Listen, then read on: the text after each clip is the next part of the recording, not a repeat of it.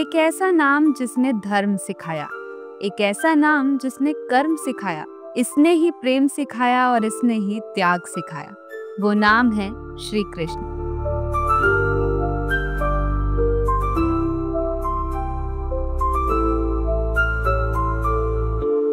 पूरे विश्व में कृष्ण में विश्वास रखने वाले बहुत सारे लोग हैं और लोगों का विश्वास हो भी क्यों ना, कृष्ण अपने होने का सबूत हर रोज हजारों तरीके से देते रहते हैं। पुरी का जगन्नाथ मंदिर हो या फिर गुजरात का द्वारकाधीश मंदिर, जयपुर के गोविंद देव जी हो या फिर वृंदावन के बांके बिहारी, श्री कृष्ण का चमत्कार हम सब ने किसी न किसी रूप में कहीं ना कहीं जरूर देखा है।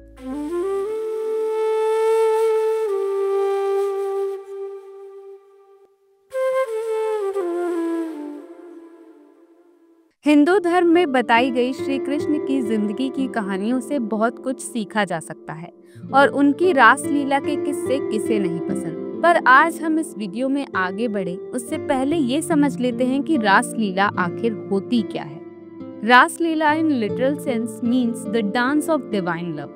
It is a Sanskrit word which is made up of two different words. Ras means sweet taste और nectar in Leela the act, play and dance, जिसका सिंपल भाषा में मतलब ये है कि भगवान विष्णु के अवतार श्री कृष्ण अपने मानव रूप में ही बचपन से ही बहुत शरारती थे। वो गोपियों के साथ खेलते थे, उन्हें तंग करते थे, डांस करते थे, उनके घरों से माखन चुराते थे। और ये लिस्ट उन बहुत सारी चीजों में से कुछ चीजों की है जो श्री कृष्ण अपने भक्तों के साथ समय बिताने के लिए किया करते थे। भक्त और भगवान के बीच का एक अटूट रिश्ता, एक ऐसा भाव जो कभी मिटाया नहीं जा सकता। और तो और भक्त अपने भगवान के लिए क्या होता है और हमारा भगवान कैसा है, ये हम सबको श्री कृष्ण ने ही तो समझाया है। तो रासलीला वो नहीं है जो आजकल हम आधी अधूरी बातें सुनकर समझते हैं या मान लेते हैं। रासलीला भगवान और भक्तों की सुंदर कहानियां हैं और आज के इस वीडियो में हम बात करने वाले हैं हिंदू धर्म में मान्यता रखने वाली एक जगह के बारे में जिसका नाम है निधि वन।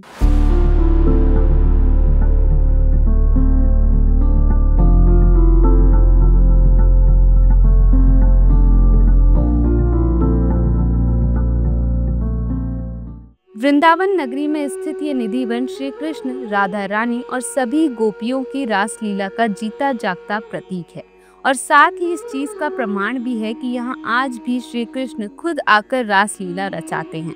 तो आइए जानते हैं श्री कृष्ण की भूमि वृंदावन के बहुत ही अनोखे निधि वन की अनबिलीवेबल मिस्ट्रीज। निधि वन में मौजूद हर तुलसी का पेड़ अलग है, मतलब ये वैसे नहीं दिखते जैसी तुलसी हमारे घर में होती है, ये पेड़ की तरह होते हैं और इन्हें वन तुलसी भी कहा जाता है। यहाँ उगी हुई तुलसी के पेड़ ऊपर और नीचे से काफी अलग होते हैं। जहाँ तुलसी के पेड़ के पत्ते हरे भरे दिखते हैं, वहीं पेड़ का तना सूखा और खोखला होता है। It is said and believed कि यहाँ की तुलसियाँ गोपियों का रूप है और आज भी हर रात श्री कृष्ण और राधा रानी निधि वन की रासलीला रचाते हैं। तो ये सभी तुलसी के पेड़ गोपियां बन जाते हैं। यहाँ दर्शन करने आए भक्तों को तुलसी पे सिंदूर लगाना, छूना या कुछ भी अर्पण करना अलाउड नहीं है। इतनी बड़ी जड़ें, इतना बड़ा तना और इतने घने पत्ते, ऐसी तुलसी सिर्फ निधि वन में ही मिलती है। निधि वन भक्तों के दर्शन के लिए हर सवेरे खोला जाता है, पर इसे शाम की संध्या आरती के बाद लगभग 9 बजे तक बंद कर दिया जाता है। इसके पीछे की मान्यता ये है कि श्री कृष्ण, राधा रानी और सभी गोपियों के साथ यहाँ हर शाम रास लीला करते हैं।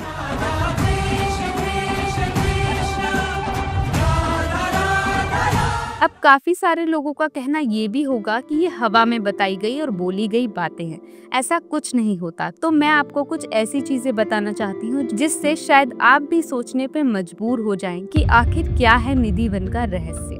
निधि वन में संध्या आरती के बाद सिर्फ इंसान नहीं, जानवर भी नहीं रुक सकते। अब हो सकता है कि आप ये सोचें कि जानवर क्यों नहीं रुक सकते और उन्हें आप बाहर कैसे निकाल देंगे, but let me tell you, Nidhivan में चाहे बंदर हो या फिर चींटी हो, संध्या आरती होने के बाद एक एक करके हर जानवर उससे बाहर निकल जाता है। यहाँ ये भी बोला जाता है कि अगर कोई निधि वन में छुपते छुपाते रुक भी गया तो वो कभी वापस नॉर्मल लाइफ नहीं जी पाएगा। हो सकता है उस शख्स की आवाज चली जाए, मानसिक संतुलन बिगड़ जाए या फिर उसकी ऑन द स्पॉट डेथ हो जाए। और ये सिर्फ मैं नहीं कह रही हूँ, बहुत सारे ऐसे केसेस हुए हैं जिससे इस बात की पुष्टि होती है। अगर आप निधि वन के आसपास के घरों को ध्यान से देखेंगे तो आप एक अजीब बात नोटिस करेंगे कि वहाँ किसी भी घर में निधि वन की साइड कोई भी खिड़की नहीं बनाई गई, और अगर गलती से किसी घर में ऐसी कोई विंडो है जो निधि वन की तरफ फेसिंग है तो उस विंडो को सदियों से बंद रखा गया है।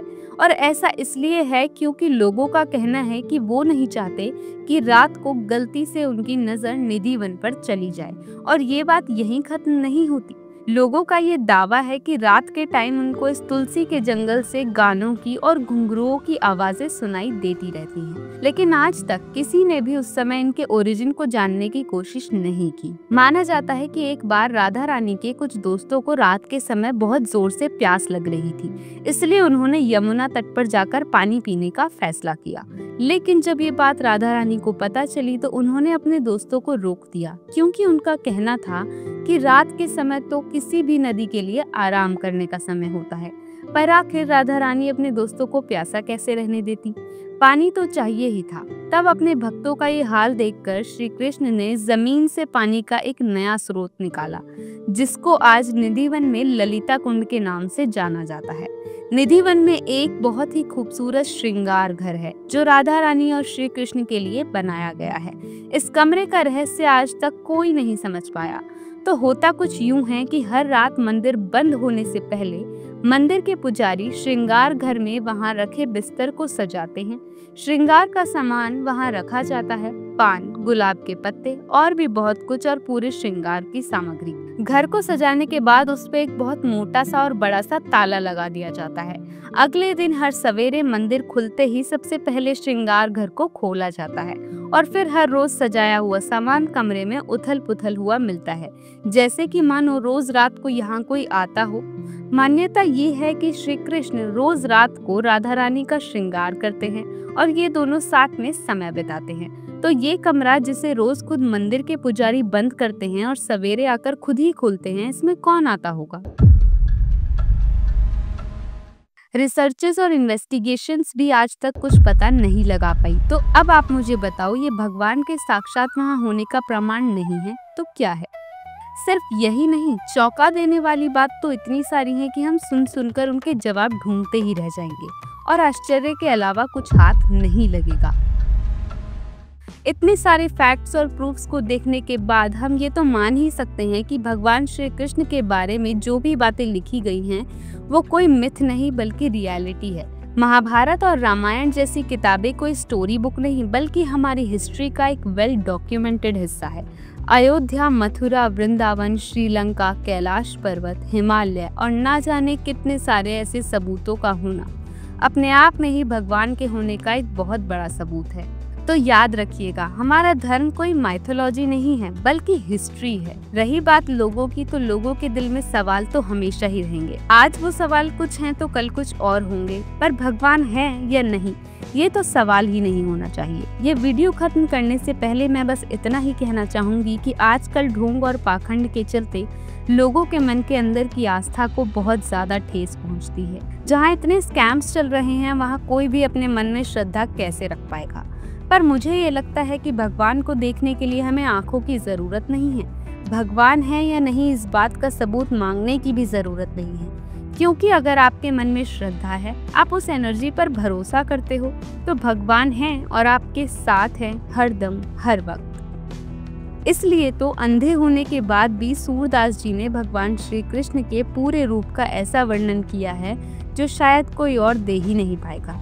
तो बाहर की दुनिया को देखकर सवाल पे सवाल उठाने से अच्छा है कि हम अपने अंदर की दुनिया को देखें और जवाब ढूंढें। उम्मीद करती हूँ आपको ये जानकारी पसंद आई होगी। ऐसे ही मज़ेदार कहानियों के लिए हमारे चैनल को सब्सक्राइब करना ना भूलें। धन्यवाद।